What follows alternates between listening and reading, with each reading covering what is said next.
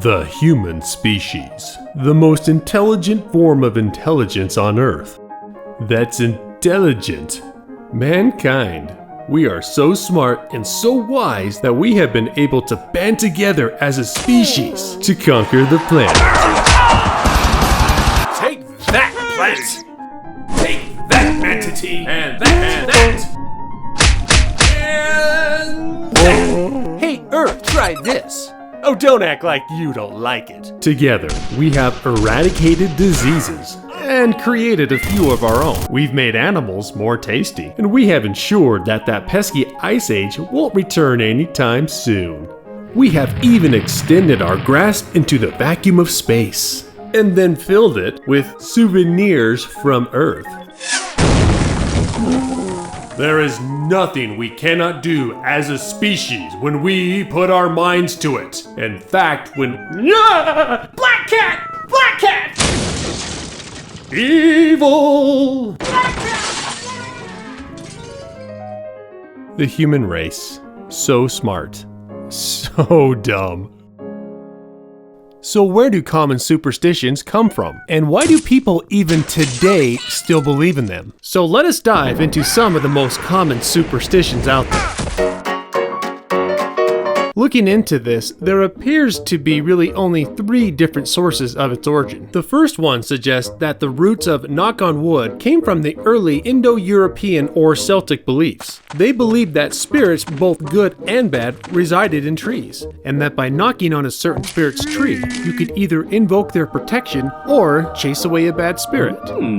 I don't know about this one, but there's only one way to find out for sure. So I'm not sure what kind of tree would house a good spirit or not, but this is an old cherry tree. So I figure, you know what? If I was a good spirit, I think this is where I'd hang out. So let's give it a try. All right, good spirits of the tree, I invoke your mighty blessings. All right, now nothing to do but sit back and wait for good things to come my way. Day 2, and I am back out here to the tree because I have not yet seen my good fortune. Just to help sweeten the deal, I brought the spirits of the tree a friend or a slave. I'll leave that up to you. Day 3. This time I brought a little motivation just to help inspire the good spirits of the tree. You know, sometimes good fortune can manifest itself by the good old-fashioned bell.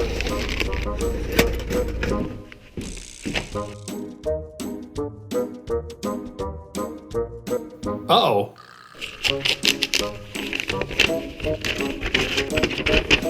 Oh, come on!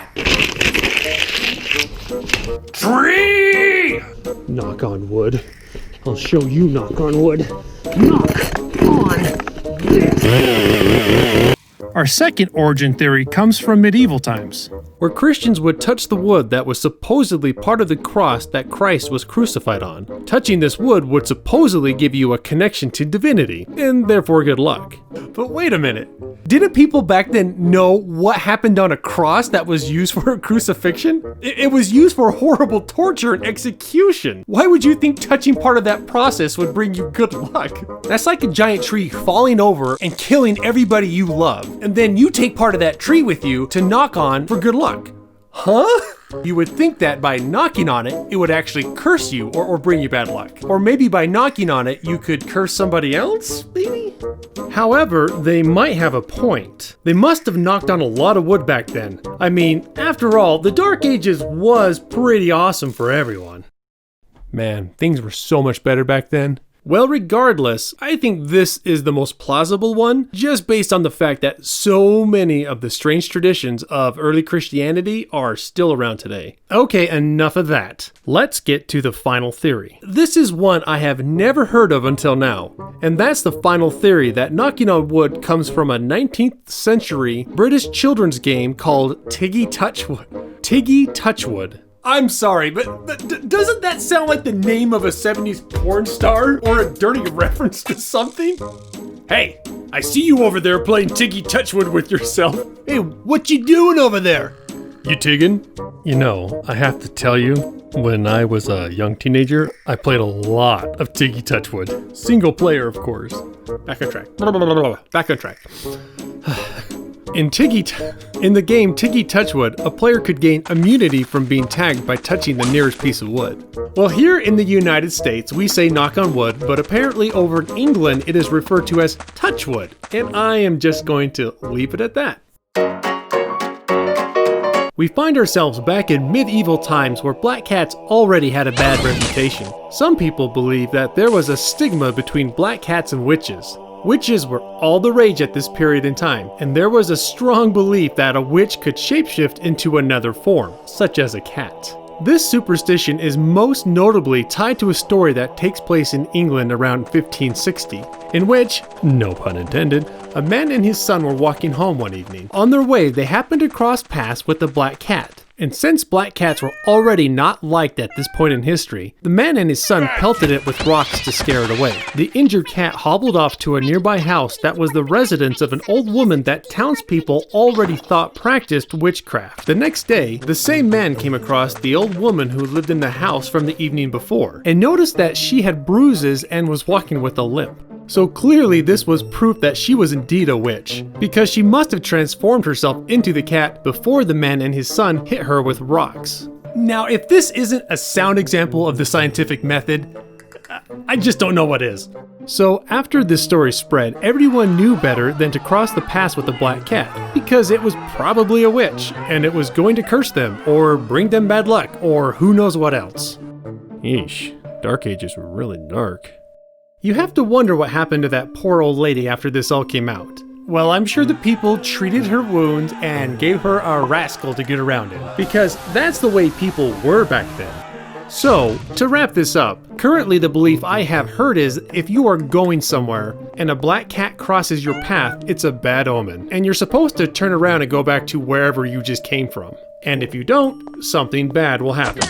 There is actually a method to reverse the bad luck you get if you cross paths with a black cat. According to howcast.com, you can reverse the bad luck curse of a black cat crossing your path by walking in a circle, walking backwards across the place you saw the cat, and then counting to 13.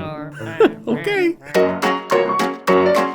Some of you may have visited a large hotel or building and noticed that in the elevator, there is not a button for floor 13. I've seen this before, and I have to say it is baffling and amazing. Of course, if you go outside and count the building floors, there is a 13th floor. However, they just choose to call it the 14th floor, or sometimes floor 12A. In fact, according to Otis Elevators, up to 85% of elevator panels omit the number 13. This superstition even goes beyond buildings and elevators, however. Some airports will even skip the 13th gate.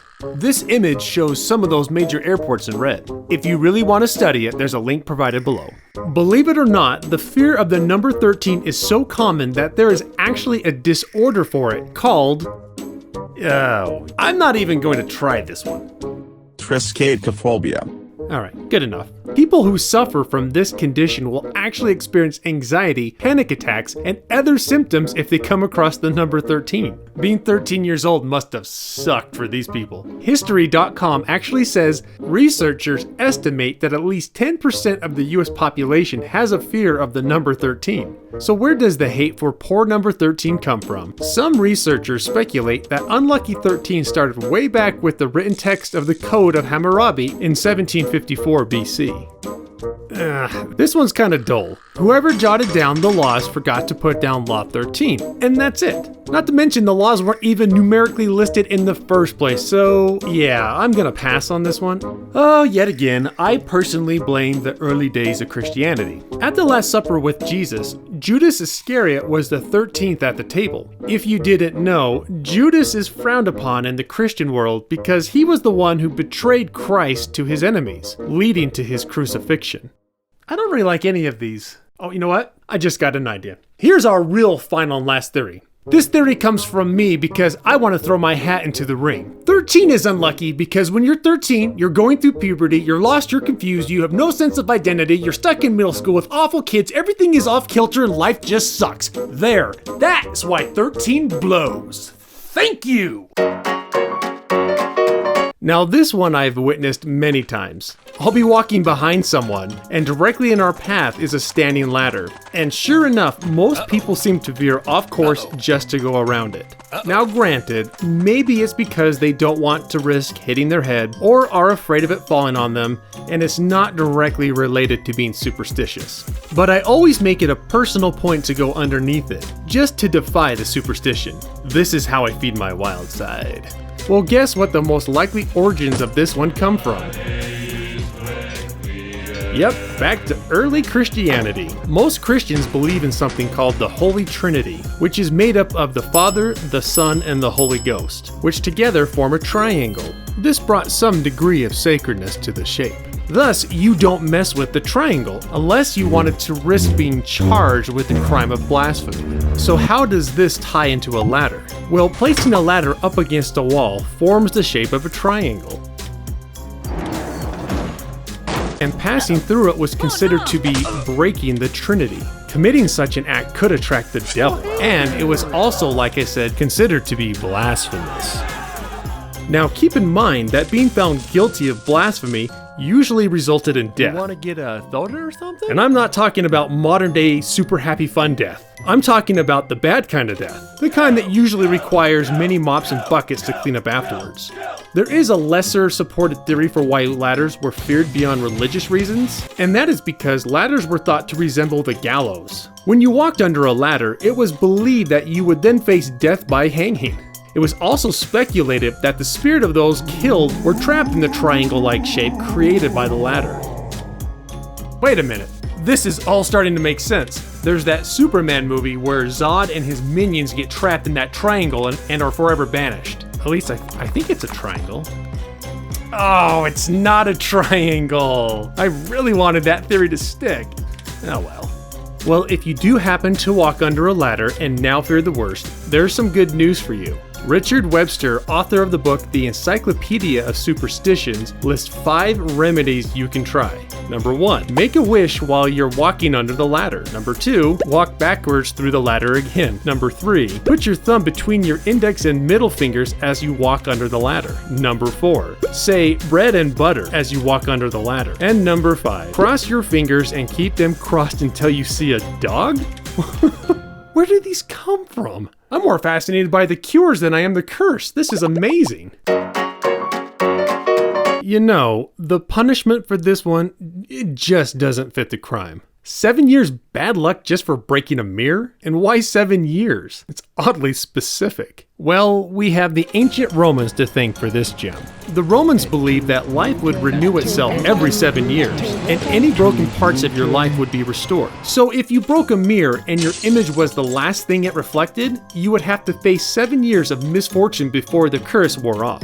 Okay, so what happens when something like a semi-truck carrying a bunch of mirrors tips over? Is the driver of the semi-truck just royally screwed? You want to get a soda or something? Again, there are ways to help counteract the bad luck you brought on by breaking a mirror. I'm just gonna burn through these. Oh, you could take the shattered pieces and bury them in the light of the moon. Take a fragment to a graveyard and touch it against a tombstone. Throw salt over your shoulder. Yeah, we've heard this one before. Immediately spit around 3 times in a counterclockwise direction. Grind the mirror shards into a fine powder. Gather the broken mirror pieces and submerge them in the waters of a south-running stream. Use flames to burn or blacken the mirror fragments, then bury them at your